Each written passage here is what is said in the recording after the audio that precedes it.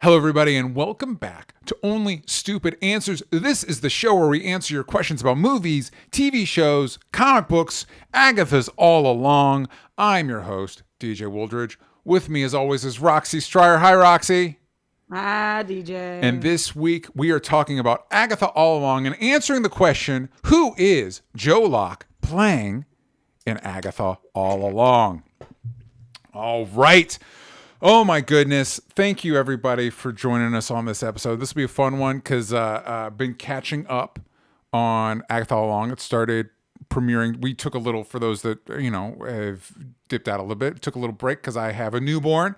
And so I've been catching up on that. But before we get into... We need like a 2-sentence, DJ. 2-sentence what?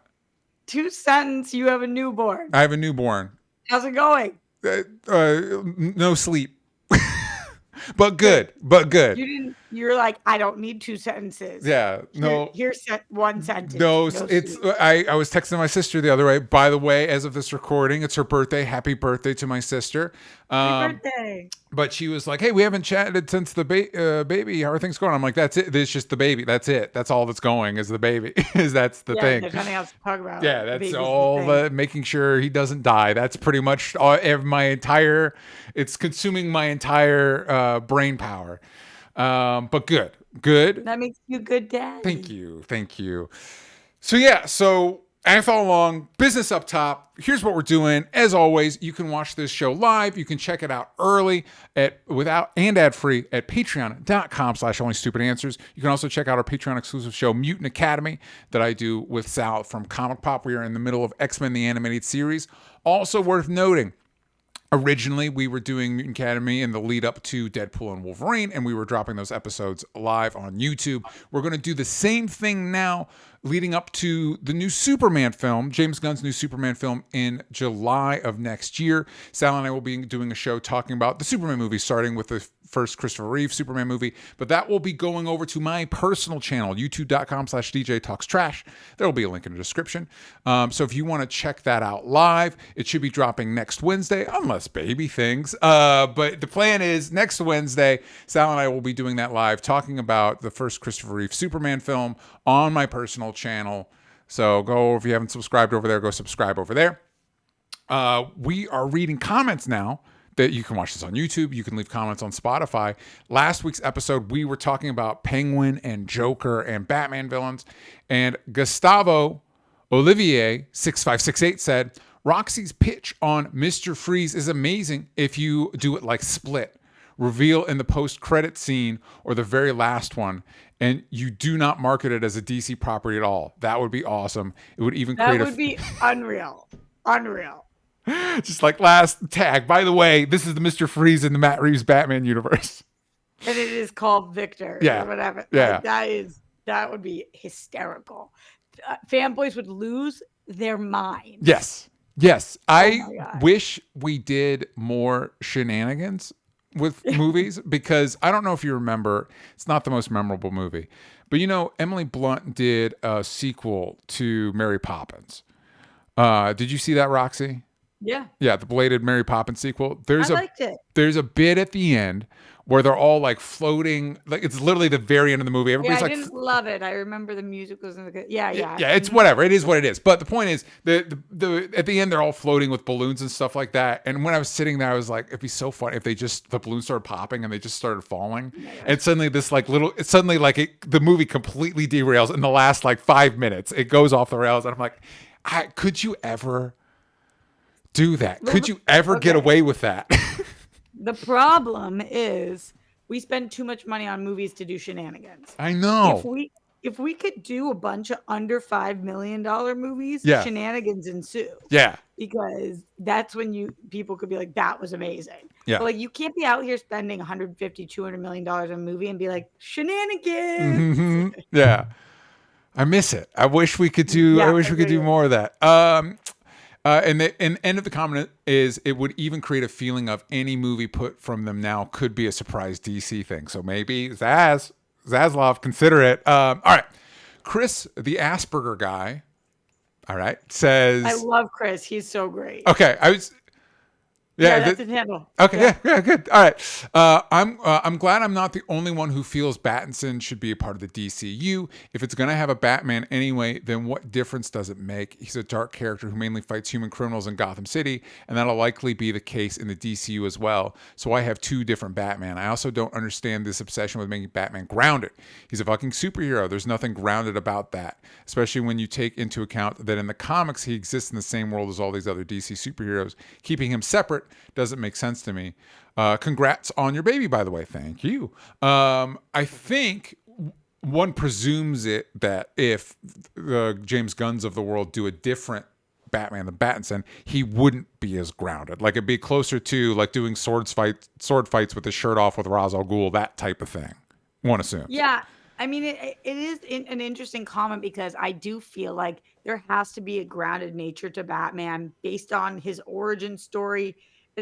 I guess in the same way that I feel like there has to be a grounded nature to Iron Man. Yeah. Like if you are the one who be rich, so make yourself hero. Yeah. Then you be part of us, not because we're rich, Yeah. but because you're human. Yeah. Not because you're from space, not because lightning struck you, not because you just be rich. That's the power. So even though the world you live in might not be grounded, you kind of have to be a little bit more, but it doesn't mean you have to be the most of the grounded characters or that all the situations have to be the most grounded. And also, there's a iconic Batman graphic novel called Batman Long Halloween that both the Batman, that both the Batman and Nolan's Dark Knight trilogy have pulled from. I would argue it's pulled from as much, possibly more than Batman Year One for these stories. And the part they always seem to like avoid is part of that story is, and I think part of what makes it so iconic beyond the Tim Sale art is it takes Batman from fighting gangsters to fighting supervillains. Like that's the arc. Like he starts off, I'm taking out the Falcons, and by the end, like the Rogues Gallery exists, and like Gotham is what we know from the comics. And we're so scared of like, you know what it might be is that the Nolan trilogy is so beloved, and the last time we went big was Batman and Robin, and that was such a disaster that they're so afraid of like, but let him. Some of his most iconic villains aren't grounded at all. Poison Ivy's not really grounded. Mr. Freeze is not grounded. Clayface is not grounded. Like at some point, we got to start. You know who understood that, and people were pissed. Gotham understood that. Gotham understood that, and the people were pissed. Yeah. Gotham understood. Yo.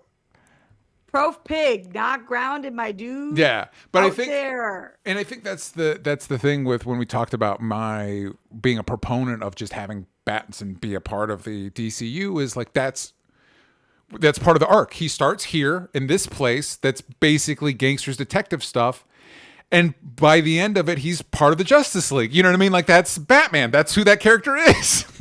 Totally. Yeah, totally. I would love to see that too.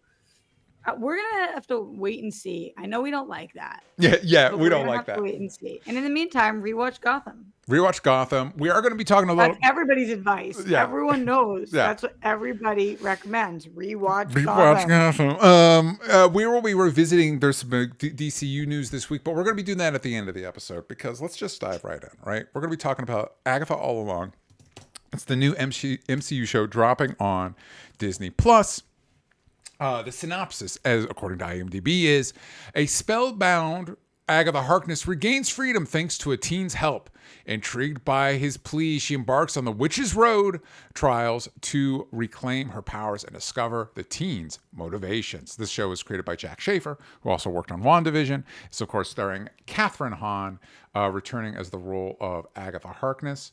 And what we're going to be really focusing on this week is the reveal at the end of episode 5. There's been a mystery around Joe Locke's character. A very, not well executed mystery because pretty much once the trailers dropped, fans were like, oh, I know exactly who this is. And it turns out they were probably right.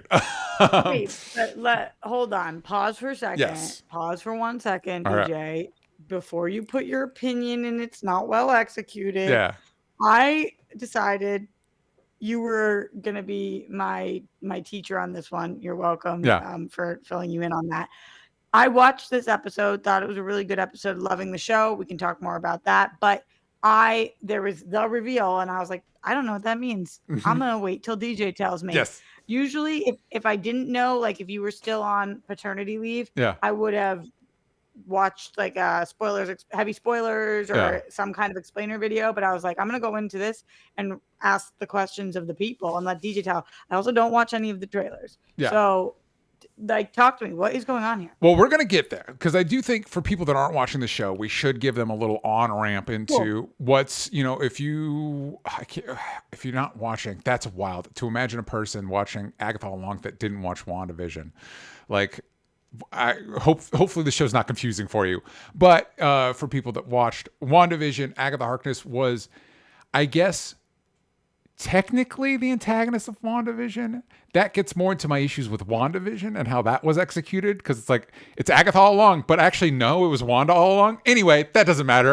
We don't need to relitigate that. That show didn't fully work for me like it worked for most people, and I am actually preferring Agatha All Along to WandaVision, which I don't know if that's a hot take or not. Yeah. But Wanda's my favorite character in the MCU, so that can't be great. That's how I felt about that show, but most of my friends loved that show. Well, that leads me to one of my first questions, Roxy, because I think, we're going to get into our personal feelings about Agatha All Along, because mine have shifted as the show has gone on.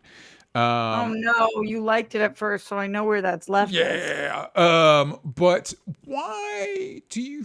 This feels like a weird pull for the MCU. Because the show or the reveal? No, the show. Agatha getting her own show. And the only reason I've spent like 6 episodes, I'm like, why does this show exist? And the only answer I can come to is because WandaVision, maybe because it was the first out of the gate, WandaVision seems to be the most liked of the MCU shows. And so is it just that? Like, well, we can't do a season 2 because of what we did with Wanda and Doctor Strange. So I guess Agatha gets a show now. I mean, okay. In all fairness, I think a few things on this. Number one, I think that all of us felt that way after the Agatha All Along show was announced, and then they did that funny thing with the title where they changed it 15 times, but then that was the trick of the whole thing. I think all of us were like, what the F is this show going to be, and why is this show going to be? Yeah. I don't know one person who was clamoring for this. I don't know anybody who was like, this is the most anticipated of the year. This was just super duper. The stakes were really low because nobody was asking for this show. Yeah. So I think that's an interesting choice. But as a side note on that for a second, we continue to ask them to do things like this all the time as a people. Yeah. We're like, give us more shows. Show us some of your lesser known characters. Have fun with it. Have explorative narratives that we didn't think of. Like, this is the kind of thing that people do ask for. So I do think that they were a little bit throwing spaghetti at the wall to see what sticks. Yeah. And that is actually something I'm really enjoying about this show, that it is not so serious. It's not one of our big people like Wanda, who was my favorite character, and I didn't like her show. What a disappointment for me. Yeah. What a huge disappointment. This show really couldn't possibly disappoint me. It's a character that I don't know very well, don't care about too much, and I'm just excited to see every week kind of where the story goes. So as much as I was one of the people who was like, why are we doing this? Mm-hmm. Now I'm kind of like, I get it. I get what the interest in for Marvel is. So are you liking the show so far? I'm really liking the show. Yeah. I think that it's mostly fun. Mm-hmm. Like, I love the down the road. Yeah. Like, the music, so fun. Yeah. The interactions. I mean, we're watching a few legends on screen between Kathryn and Patty and Aubrey. Like, it's so cool. It's very, very cool to see them interact. I like the dynamic with the boy. I don't know what happened there, so you'll tell me, and then I'll know more. And I love witches, and it's October, and this is one of the only witchy shows I'm watching. And maybe if the 2 witchy shows you were watching were this and Grotesquerie, you'd like this show better. Yeah, maybe. And it's not that I dislike this show. I was a little off put in the first episode that we were doing another. They went, for the WandaVision, most every episode was a parody of an iconic sitcom setup. And this Agatha tries to recapture some of that spirit, but does one of the prestige crime procedurals that we've been getting a lot of. And I was happy to see that setup didn't live past the first episode. And then the second episode, we're assembling our crew of witches, and I thought that was great. I like that. That's by far, episode 2 is still my favorite episode of the show so far. It's just getting these characters. Then we get to the witches. Did it make you like episode 1 more because you were like, oh, okay, because that was quick, I'm cool with 1 and 2? Yeah, exactly. I'm glad they dropped the 2 episodes at once, and I'm like, into it. Cool. 5 episodes in, this week's episode, as of this recording, this week's episode is Darkest Hour, Wake Thy Power. I think the premise is very thin. Pretty much every episode since then is we're on the road. Here's a house. The house gives us a test that is ostensibly about one of the witches, but we don't really learn anything more about them. We solve the puzzle. We move on to the next thing. And it's like, this is not enough for a show. Like, it doesn't make... Definitely agree with you, DJ. Yeah. I definitely agree with you that it is... we are hitting similar notes every week now. Yeah. The beats are similar. If you like the characters, it's still enjoyable for me. Yeah. But I agree with you that like we got to keep it pushing. I need to know what the show is. I'm hoping when you tell me the reveal that helps get us to what the next phase of this is. So we're not just house does tricks. We try out trick house, somebody die. Yeah, and I'm not even necessarily against that setup if we spent more time, like the previous episode we spend with everybody's favorite Marvel character, Alice Wu Gulliver, unpacking her issues with her mom, which would be fine if I knew who this character was or cared. It's like a lot of these episodes, this week wasn't, but a lot of these episodes are 40 minutes. It's like we can't do like a flashback to show me what this person's like, make me care. Like I want to care, like, because I think the cast is across the board really great, and that helps a lot. So it's like when you're like, I don't know that I care about the characters. I like the actresses, like I like them, and I like to see them interact. But I don't know that the show's giving. Like this week's episode was mostly about Agatha, and it didn't really tell us anything about Agatha that we didn't already know from this show and WandaVision. So it's like, what are we doing? Like, how are we spending our time here? Like, I can't help but feel like that might be for people who maybe didn't watch Wanda. Yeah, maybe, but I just felt like it could do more, or this should have been like Werewolf by Night. That was just a special. Like, this is just a one-off. Here's a thing with Agatha. And I think that would have covered the same ground, maybe. How many episodes do we have left? So I think it's 9 episodes. I think we have 4 left. So I think it will really depend on where we go from here, because I do completely agree with you. Like, my favorite thing in the house was the lip scene with the wine. Yeah. That was so fun, and it was like the right humor for this show. Tonally really worked and was showing the tests, and that worked for me. That was like 3 episodes ago. Yes. So we've been here. We stay here. We're constantly here. I'm a sucker for Ouija boards. I've never used one before, but I do think that that's a cool concept. So like even like little things like what's the 10 box, H3 and up. Mm-hmm. It's just the moments, the dialogue, it's still working for me, despite me acknowledging you're 100% right. Yeah. It's getting tired to stay in this house. But now we're outside and we're in the mud. So I'm guessing we're transported elsewhere or something. I don't know. And you're absolutely right, because there's so many, all the actresses are great across the board. I did want to point out, because when Aubrey Plaza shows up in the first episode, but she doesn't join our group until like episode 3 or something. They have to like summon her, and she comes out of the ground with all these plants and stuff. I guess she's a green witch. We've color-coded the witches. And I just wanted to point out, I had the most basic bitch thought when I saw Aubrey Plaza coming out of the ground. I'm like, Aubrey Plaza is poison ivy? I think that could work. I think that could be really good. For sure. Yeah. For sure. Did you enjoy that with your pumpkin spice latte? Yeah, no pumpkin spice lattes for me because I don't drink coffee. But so you can't be that basic of a bitch then. Yeah. Sorry. I've never had one either because I've never tried coffee. What's wrong? How do we know what we're missing? I've tried coffee, but that's the basic bitch part of me, is like anything I need to acquire a taste for. You know what I mean? Like if that's your thing with wine too. Yeah, if you taste it, it's like it's yuck, and you're like, well, you got to keep drinking until you like it. I'm like, that sounds like work to me, so no thanks, no thank you. But yeah, you're right. I think because Agatha, the tone that's set with Agatha, the irreverence that's set with that character that kind of carries over to the rest of the characters. It's not that, I think that's part of the frustration. It's not that the show can't work. It's that you need to do, and I also want to point out, I don't think this is a problem specifically with Agatha All Along.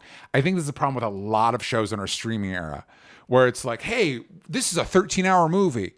And what that comes to mean is like, we've stretched a 2-hour premise to 13 hours. So there's not a lot of there's a lot of dead time. And it's like, well, then just make a show, man. Like, I don't know why we're not doing like Lost style flashbacks with these characters. Like, other than, I guess, money, but these shows cost way too much money. So what's happening? What's going on? Yeah. I think that I still have faith that it will be able to turn itself around for you, because the next few episodes or couple episodes are imperative. Yeah. But can you tell me what's happening? So the end of the episode, Agatha sucks. Speaking of Alice Wu Gulliver, Agatha sucks the life out of her. I'm still unsure. She couldn't help herself. I don't believe we killed Deborah Jo Rupp in the second episode. I feel like the dead characters are going to come back before the end, but that's whatever. Anyway. Are you watching that 90s show? No, I didn't watch that 70s show, so I don't really have any nostalgia for that. Oh, then you wouldn't like it. Okay. Yeah. I don't, there's no nostalgia for me there, but anyway, so she sucks the life out of her. She couldn't help it. The teen who's been hardcore Team Agatha this entire time is finally like, wait, is Agatha a bad person? And she somewhat inexplicably, I don't know how she got this revelation. I don't know that the show really explains it, but she somehow figures out who the teen is. There's been some speculation within the show that it could be her son, Nicholas Scratch, who we've been teasing a lot. Aubrey Plaza. Well, we heard last week that Aubrey say it's not your boy. So that leaves, for the fans out there, for the speculators out there, that leaves basically one option, and that is a character named Billy Kaplan, aka Wiccan from the comics, who in the comics is one of the sons of our pal and yours, Wanda Maximoff, the Scarlet Witch. So if you're not familiar with the comics, Wiccan was originally introduced in Young Avengers #1, along with the rest of the Young Avengers, who we've been seeding throughout. We've gotten Kate Bishop, we've gotten Patriot, we've gotten a few of those characters seeded throughout are the other Marvel shows so far. And that team was assembled by a protocol set up by Vision after Avengers disassembled. So the core Avengers team was no more, and out of their ashes sprang the Young Avengers along with a few other teams. Initially, he took the codename Asgardian, kind of like patterning himself off of Thor, but then it was revealed he was one of the sons of Scarlet Witch, and so he started going in branding himself in a more magic direction. How is he Wanda's son? Roxy, it's so complicated. It's such a complicated thing. That's what I need you to tell me. So in the comics, the short version of it is basically, through magic, Wanda gave herself sons through her Vision. Then Mephisto showed up, and this is like years later. Mephisto showed up in the show. We see that the two kids. Yeah. So I actually think the MCU is doing a good job capturing the complicatedness of their existence, which is weird. Normally these movies like streamline stuff. It's like, no, this is confusing. We're just embracing that it's confusing. So Wanda magics herself some kids. Years later, Mephisto shows up, who, people have been speculating about him in the MCU forever. He's the devil. He's the Marvel devil. And he's like, actually, those aren't really your kids. They're facets of me. And then he reabsorbs them, which is part of what makes Scarlet Witch lose her mind and end up destroying the Avengers, which is how Avengers Disassembles happened. Spoiler for that 20-year-old story. Then later in Young Avengers, basically their spirits reincarnated in other people's kids. Which is also because they're teens. So that retroactively they existed they were born in the past, whatever, man. Whatever. And they didn't take over kids. No, as far as I recall, they were born this way, but they just happened to be born to other couples. And the two boys are Billy Kaplan, who we've basically all but revealed is who's Joe Locke's character is in Agatha All Along. And the other character is Tommy Shepard, aka Speed, who of course gets his power. His powers are more closer to Quicksilver, who is Wanda's brother. And you can't be fast if you don't have white hair. You can't do it. You can't do it. That's what we know. What was it? Regressive white hair gene in the Maximoff family is powerful. It's a powerful one. Powerful, yeah. Also of note with Wiccan is he's one of Marvel's standout gay characters. In fact, at the moment, I believe in the comics, he's married to his former Young Avengers teammate, Hulkling, who, despite the name, has no relation to the Hulk. He's actually a Kree Skrull baby. The green Hulk-looking guy you just showed me has no relation to Hulk? No. Hulk? Because when the Young Avengers first started, that was part of the swerve in the series, is you think like, oh, Hulkling, he's like, and same with Billy, he's like Asgardian, so you think he's connected to Thor, but then the reveal is actually he's Wanda's son, so he's more magic based, and so he starts rebranding him as Wiccan. The swerve with Hulkling is he's actually not connected to the Hulk. He's green and has shape changing powers because he's part Skrull. He's part Skrull, part Kree. And I think now, this stuff always changes, but last time I was reading, he was like the head of a Kree Skrull alliance, like he was king of space, basically. And he's married to Billy. He's married to who? To Wiccan, to this character, Billy Kaplan, yeah. Is this a scenario in which we are going to ultimately see Billy with the rest of the Young Avengers that we've already been introduced to? Well, I feel like that's the natural segue to something I wanted to ask you, Roxy, because for those who are wondering, like, how do we know this? Fans have been speculating from the jump, but the reveal, like, Agatha says, you're just like your mom. And this crown appears that, of course, is similar to Scarlet Witch's crown. And it also, of course, looks like the headband that Billy wears in the comics. So it's basically like, okay, so this is Billy Kaplan. This is Scarlet Witch's kid. That's something I wanted to ask you, Roxy. I feel like we've been laying the seeds for the Young Avengers forever. And there's no like, hey, Young Avengers movie announced, no show. And it's like, what are we doing? Like, what are we waiting on?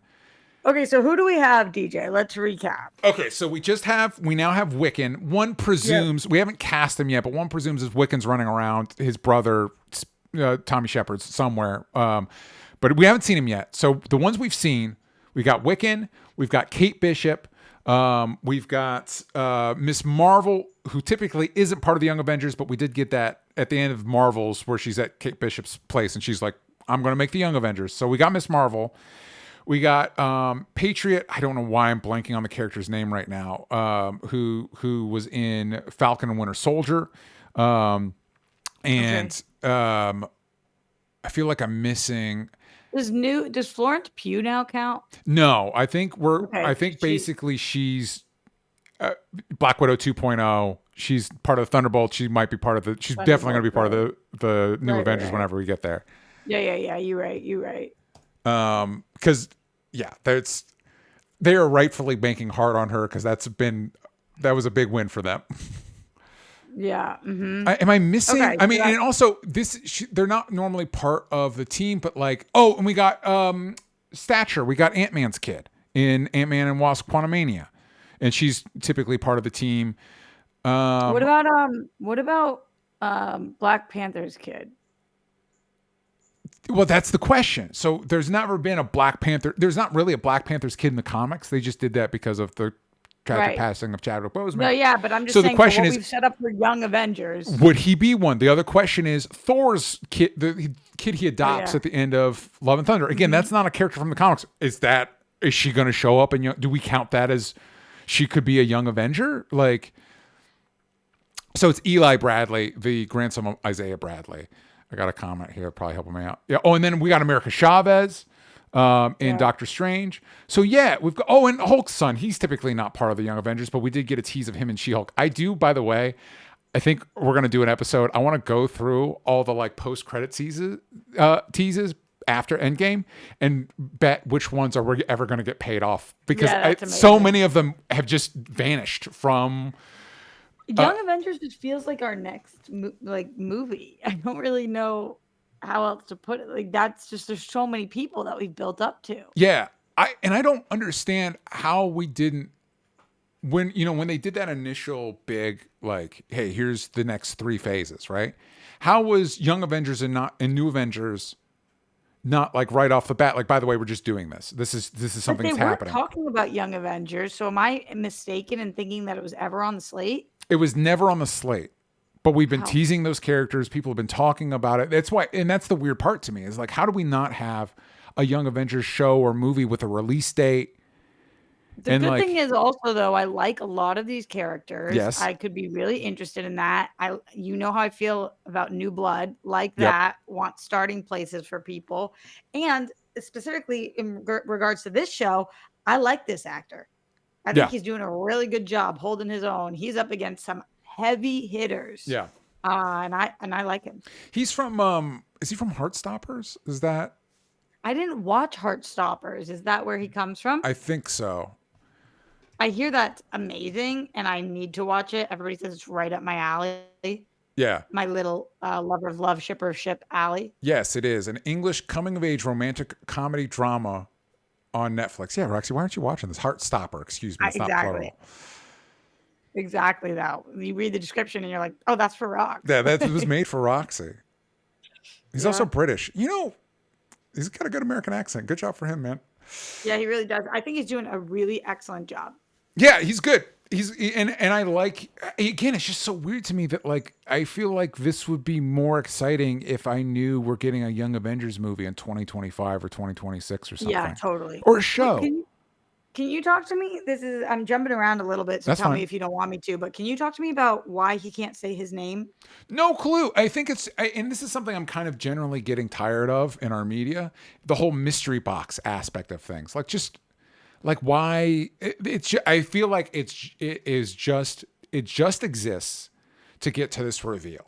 I don't know what explanation they're going to give, like who put it on them. Like they say that the person that does the spell doesn't even remember. So I guess it could be Agatha. It could be Wanda. It could be, that's Why the other would they thing. have done that? I just don't understand. Like, why did you guys make him not be able to say his name so that he wasn't at risk in this scenario? It seems like, though, if somebody can't say their name, they're more at risk. Yes, it's like the logic Make it of the like, fake name, listen, like- I can't tell you about my superhero identity because it might put you Right. at risk as they get kidnapped every week. And I'm like, well, I think that ship has sailed, you know, like, Yeah, like when you're like, oh, who are you? And you're like, yeah, it's like, okay, so obviously very much so someone, like, can't there be a spell that says like you make them say the wrong name or something? I don't know, just not saying a name.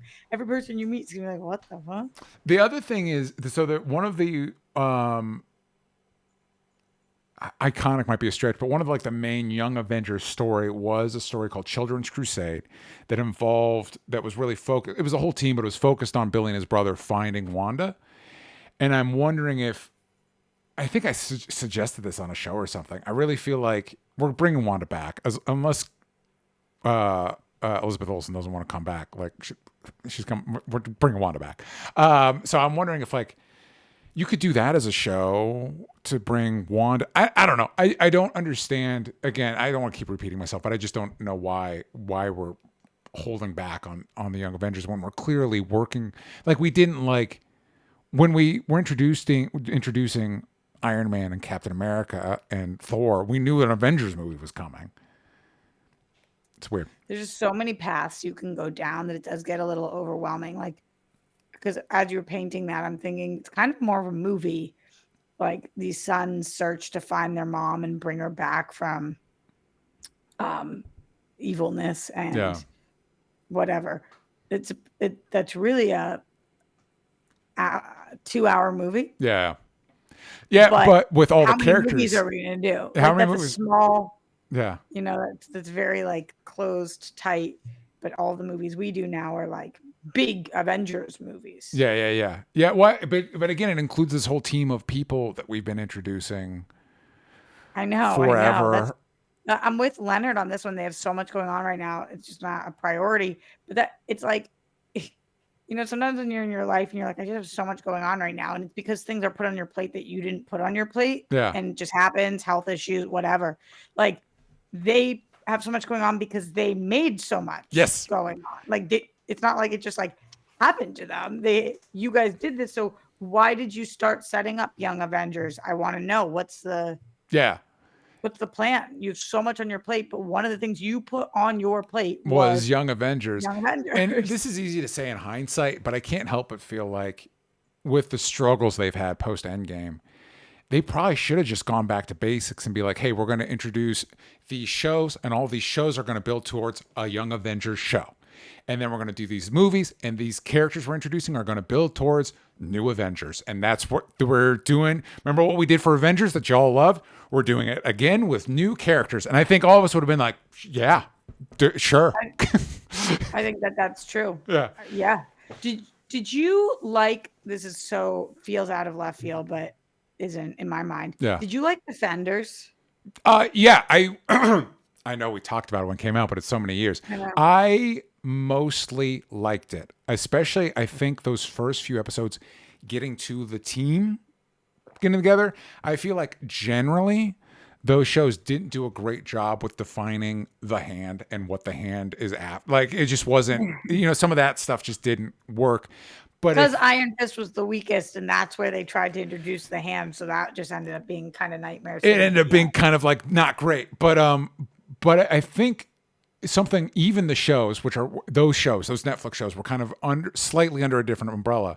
One thing that this brand has been really good at generally is, other than, you just said Iron Fist, but, bar a couple, potential misfires, casting, doing a really good job of casting so that when you bring these people together, you're like, I'm in. Like Listen, that show brought us Tom Pelphrey. I think he's one of the best actors. He's so good. So you need to check out Banshee. He shows up, I think, in season 3 of Banshee. He's great in that. Banshee's amazing. Banshee's really good. It's really good. I like it a lot. But he's great in that. He did a movie called American Murderer that not that many people saw. That he was so excellent in. But the reason I'm asking this, TJ, is because I feel like that is what they were trying to do with Defenders. Yes. Okay, movies, you guys are Avengers. Yes. TV, we're Defenders. Yep. And it seemingly didn't work. It worked on the movie side, but it did not work on the television side, even though I actually like all of those. I didn't even hate Iron Fist. Yeah. And I know some people did. But like to me, Jessica Jones is everything. I love Daredevil. I really liked Luke Cage. And I like the Defenders show fine. Yeah. But overall, nobody's still talking about Defenders. I haven't mentioned that show in years. And I feel like for a lot of people that didn't work. So I'm wondering if that has made them hesitant to do kind of the Young Avengers TV route while they do the Avengers movie route. Yeah, you might be right. But I wonder how much of I don't know. I have no idea.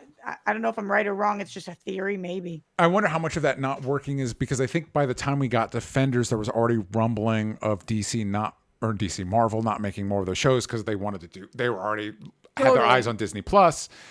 But you might be right. But like, think about how great it was when Yelena showed up in the Hawkeye show and bounced off Kate Bishop, and it's like that's the thing that Marvel, with all its issues, still does well. Like, this is great. Like, seeing these two great actresses playing these characters I like bounce off each other is basically all I want from you guys. I know, but that's why I literally said to you, can she be in Young Avengers? Yeah, it's just to get more of them, definitely. I mean, they should. Now you guys have painted a picture that I want, so they should definitely hang out in the new Avengers, whatever the new. But and the Avengers, truthfully, I think this multiverse thing has gotten out of hand. I feel like it's derailed them in a way that they might not be able to get out of this tailspin. I don't know. It is kind of why we have like the Scorsese's of the world being like, this is not cinema. Because it's like Granny and Puppo could not watch a movie here. They just couldn't. Yeah. But they could watch the TDK trilogy. Yeah. Like it's not like they couldn't watch any comic book thing. It's just like, this is so confusing. It's so unwieldy. And I think that may be why I go back to this idea of, because I totally get your point. But it's, imagine saying, we're doing these Young Avengers shows, Miss Marvel, Hawkeye to introduce Kate Bishop. We've got Wiccan.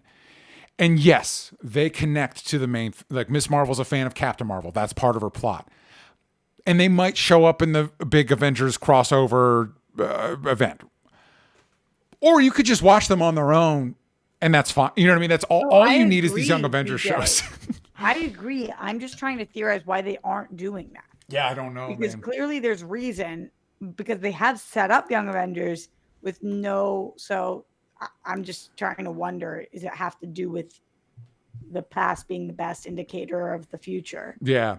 We do have a couple questions from the Discord, which you can participate over on Patreon. Mike Joyce asks, the showrunner has said that only 4 will make it to the end of the Witch's Road. Who do you hope those 4 will be?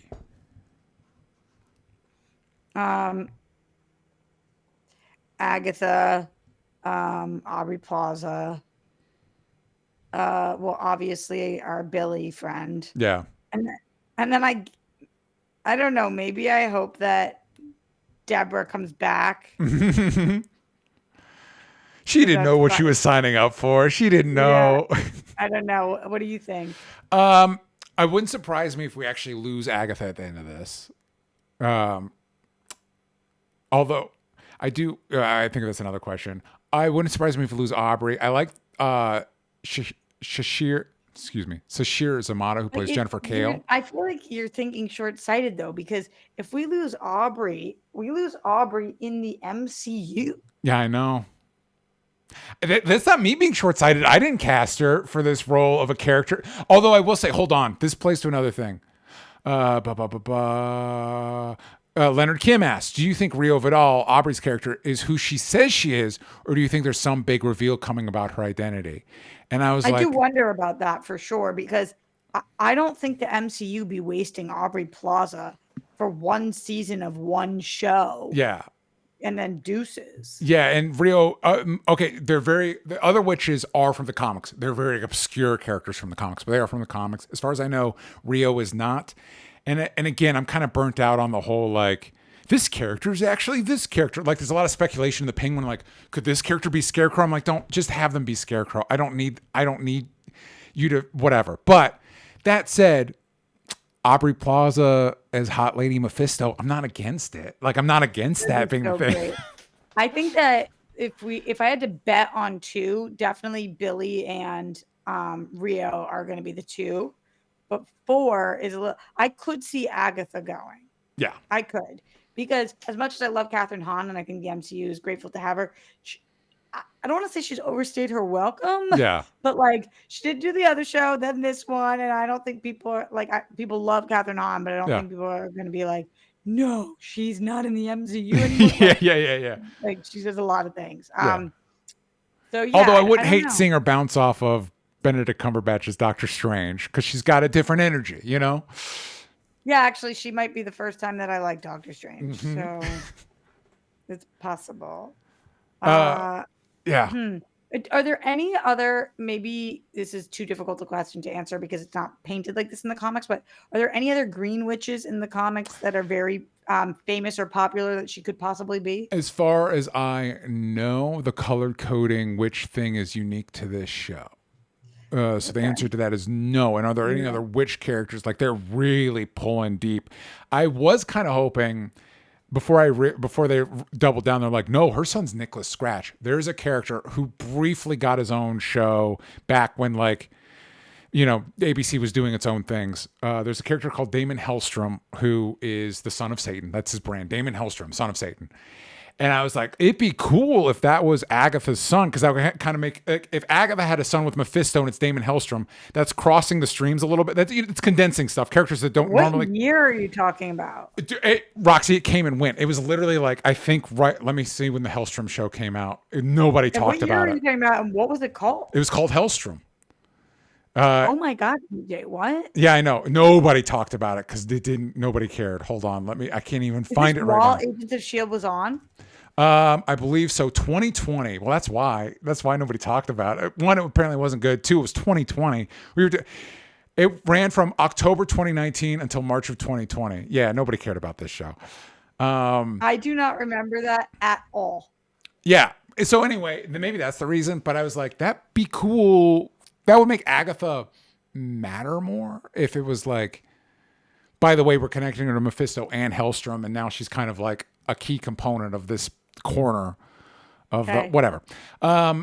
Witches that, I don't know, Roxy, I think they pretty much pulled, for this show, they pulled all the witches they could pull that I can think of. Somebody's going to be mad at me, like, what about da-da-da witch? And I'm like, oh yeah, you're right. I didn't Forgot.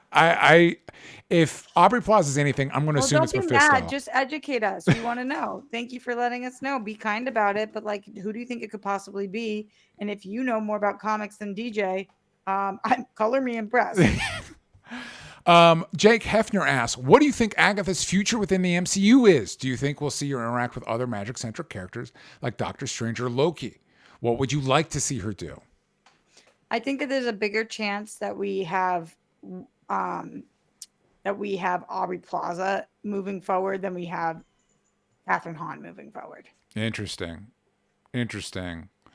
Yeah, you all are convincing me. There's probably something. There's definitely more in their past. Like clearly, her and Agatha were a thing in the past. Yeah.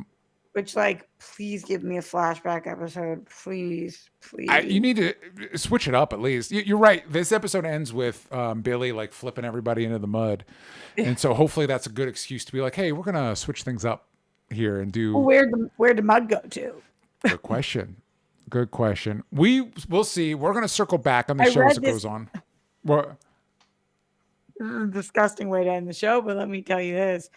Right before I watched this episode, I read this thing about people who climb Mount Everest and poop on the top. Yes.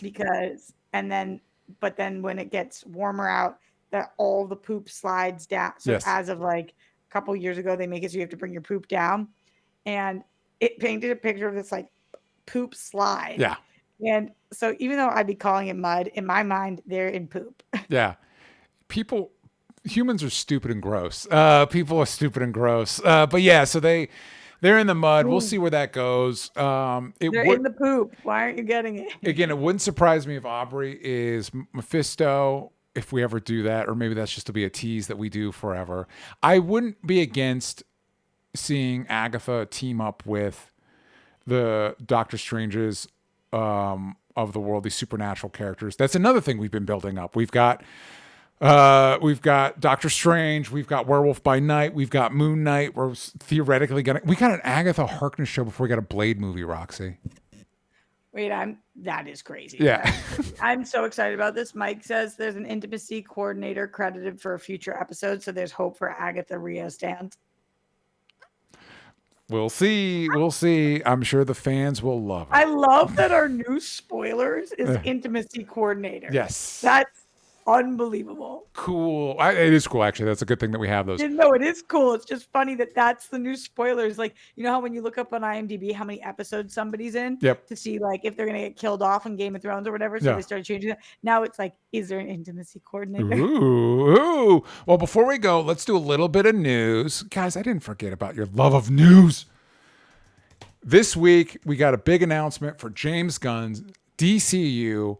They're working on this Lantern show.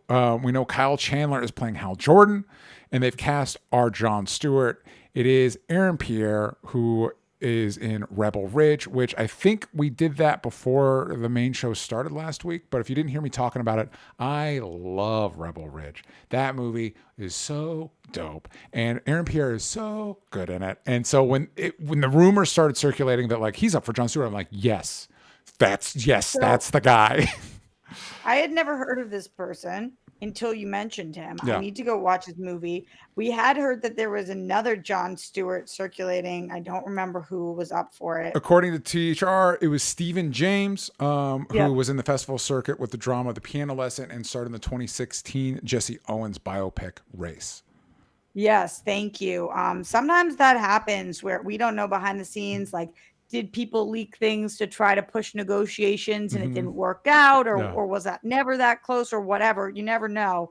But the only thing I know is that when finally we had our casting, I was like, oh, PJ's gonna be so happy. He's just telling me how much he loves this guy. Which I was so excited for you because I feel like you found him. No, but you were just telling me, you were just showing him to me. You were just saying he's gonna have his big break. This guy's gonna be huge. And I was just telling you, holy crap, he's one handsome mofo. Yes. So I'm excited to see more of him for personal reasons. This has gotten me so excited for the DCU. It's like this guy might be hanging out with James Gunn's Superman, and that's cool. Like I'm excited for that. That could be really, really cool. He looks like a superhero more than anybody we've ever seen look like a superhero. For so real. It's like the jawline is like, oh, you're a superhero. Yes. You be a superhero. So this is awesome. Stoked for you. Can't wait to go watch this movie now. I bet it gives a big boost to that movie. Yeah. Well, and it's just one of those things that like, yeah, this is how things should work, man. You have a big breakout thing and then you get better things. Like that's and I guess I think I heard he's also playing Mufasa in the upcoming Lion King movie, the Mufasa Scar movie. Mufasa movie? Yeah. Right, that's right. It is a Mufasa movie. Yeah, I think so. He's the main guy. That's crazy. Good for him. He's great. Again, Rebel Ridge, he's great. It's so good. How's He's so good at it. Is it Mufasa-esque? I don't know. I haven't seen it. I just heard the thing. I'm a little. No, I'm saying in the movie that you saw. Oh no. It's is he? Wait, he's not British, is he? No, wait. James Earl Jones isn't British. What am I saying? What am I doing? He's got a great voice. It'll be good. Well, yeah, he is Mufasa. Good for him. Barry Jenkins, Mufasa, the Lion King movie. Good for him. Good for him. I'm still a little on the fence about this. Like, here's the description THR gives. Lanterns is said to have a gritty, true detective vibe and follows Hal Jordan, a legend amongst the space police force known as the Green Lanterns, as he reluctantly mentors Stewart, a younger Green Lantern. The two intergalactic cops are drawn into a dark, Earth-based mystery as they investigate a murder in the American heartland. I'm like, that isn't exactly the first idea that springs to mind when I think Green Lantern, but I'm going to give you all the benefit of the doubt because I like the casting here. They're so off sometimes. I mean, they're so off sometimes. Yeah. A lot of times I'll watch a show and then I'll go read the description. I'm like, that wasn't that show. Yeah. So, well, I will try say, not to give too much merit. Well, and I will say, Grant Morrison, one of my favorite writers, did a big DC event called Final Crisis. And the instigating incident of that event is a space god named Orion was found dead on Earth. Like he's just dead in a dumpster on Earth. And that's a great setup. Like you go out, take out the trash, and a space god's in there. And that I don't know that they're space god. So he's part of the new god. So he's Darkseid's son. Oh, yeah. So he's part of that whole pantheon of characters. That's a good setup. Like if you're gonna make your Lantern show a murder mystery, steal from that comic because that's a good setup. That works. So we'll see. I like the casting so far. I hope it's not too rated R dark because it's Green Lantern. Like, you know. When is this show? I think it's supposed to start filming in 2025, so we're not going to see it for a while. But this is majorly under the Gunn Safran umbrella? Yes. Okay. Yeah. So we will see that. Are we seeing this after Superman? Yes. I would assume so, yes. Well, because Superman's going to be the first official thing. Technically, Creature Commandos is part of that universe, but the first official thing is Superman coming in 2025. Stay tuned for that. Who knows if we'll see some of these characters on post-credit scene now that they've been cast. But Roxy, before we go, let the kids at home know where they can find what you're working on. Everywhere at Roxy Stryer. DJ, you were gone when I decided to get on Letterboxd. Oh, how's that going? Not well. Don't understand it. Don't get it. And let me tell you, it is trash for television. Television's not that great. Although I think they're working on it. Of the 98 shows that I watched, there's only 30 of them on there. It just is not helpful. I don't understand it, but I am trying. So we will see. We will see. You can find me at DJ Talks Trash. Again, if you haven't checked out my personal YouTube channel, go check that out. We're going to do a new a show called Krypton Academy where Sal and I are talking about Superman. That's dropping next week. So go subscribe over there. And if you're not part of the Patreon, check that out in the comments. Let us know what you're thinking about Agatha All Along and where you think we might see Agatha or Aubrey Plaza or Wiccan in later Marvel projects. I'll see you all next time. Thanks for joining us. Bye-bye.